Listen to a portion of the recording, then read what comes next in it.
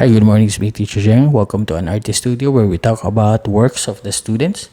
So what we have here is a current work in progress of Anika. Now, Anika works on monochromatic colors and then small brush works, meaning madalas yung ginagamit niya is around number 1, number 2, and number 4 brushes. There are students who works flat or using flat brushes. Si Anika naman uses a lot of small rounded brushes. Now, with her project, constructed muna as minimal as possible yung face ng bunny and then yung body. Then, eventually, sinishape niya yan kapag nag-work na siya. Now, madalas, Anika would put muna an underlayer here where you could see yung burnt umber tsaka yung yellow ochre. Papatuyuin niya yung underlayer na yan kapag tuyo na, tsaka siya maglalagay ng brushworks to create an illusion ng fur ng bunny. Now, with Anika's piece, may mga layer na pinapatuyo niya muna bago niya lagyan ng different color. For example, here, mas mataas yung transition ng white towards the buff titanium. So, papatuyuin niya muna yan bago siya maglagay ng tone.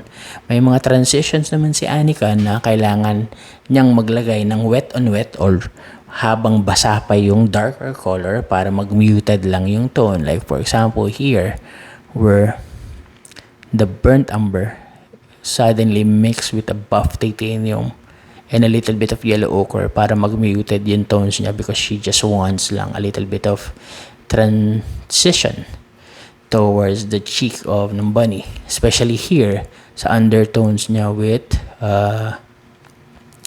the shadow underneath the chin ng bunny. Yan, this one is made on wet, burnt umber yan, tapos may yellow ochre because transition niya lang yan later on para makita niya kung saan siya maglalagay ng lighter tones or lighter strokes. So madalas here nagpatuyo muna dito si Anika nung darker shade and then eventually tsaka siya naglagay nung mix ng buff titanium, a little bit of white and a little bit of yellow ochre to create an illusion na marami yung fur. Madalas din si Anika nagpapatuyo nung layer kasi marami siyang rim light effects, tapos tsaka siya naglalagay ng white but nakaiwan yung brush strokes to create an effect because yung style niya is mostly impressionism. In between ng realism and impressionism because makita mo naman proper pa din yung tone, proper pa din yung proportions ng bunny but mas madalas marami siyang brushwork or brush tones.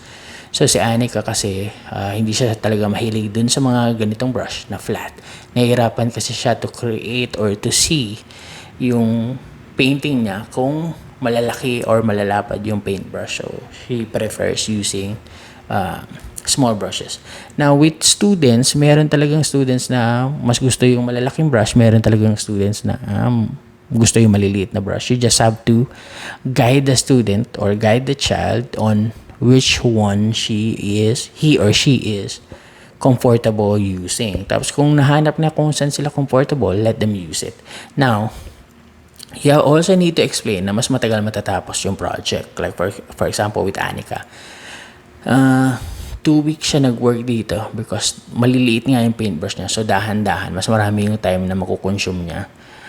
But, mas gusto niya effect.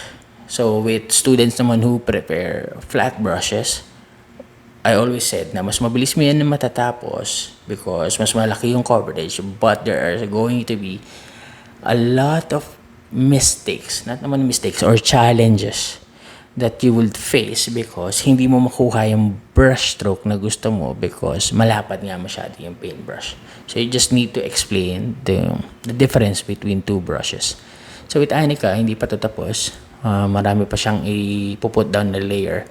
But this video is all about showing yung transition nung undertone and then slowly putting the overlay. So if your child or your son and daughter wants to paint an animal, you introduce them muna to a undertone, tapos tsaka siya, pag natuyo na, tsaka siya mag-layer nung fur. And textures and brush strokes.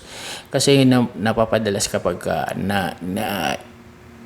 what do you call this, naiirita or naiinis yung students because they think na kailangan tapusin in one session yung painting or yung artwork, which means hindi naman talaga dapat. You could work on 2 or 3 sessions as long as maganda yung resulta later on. Kasi kapag minamadali, mas madalas sumasabit. So mas maganda na dahan-dahanin para mas maganda yung mas maayos yung result later on. Now it will take time. You just have to explain to the students na dahan-dahanin lang yung project para hindi kaagad siya mainis or mawala ng gana with the project that she's working on.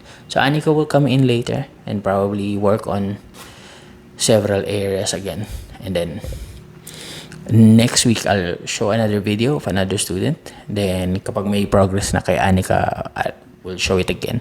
So this is Teacher Jeng of an artist studio. I hope you learned something from us here in Studio Andelino. I'll be back next week to give another tip or another topic about painting and visual arts in general. So may everyone have a wonderful week. God bless, love, and peace.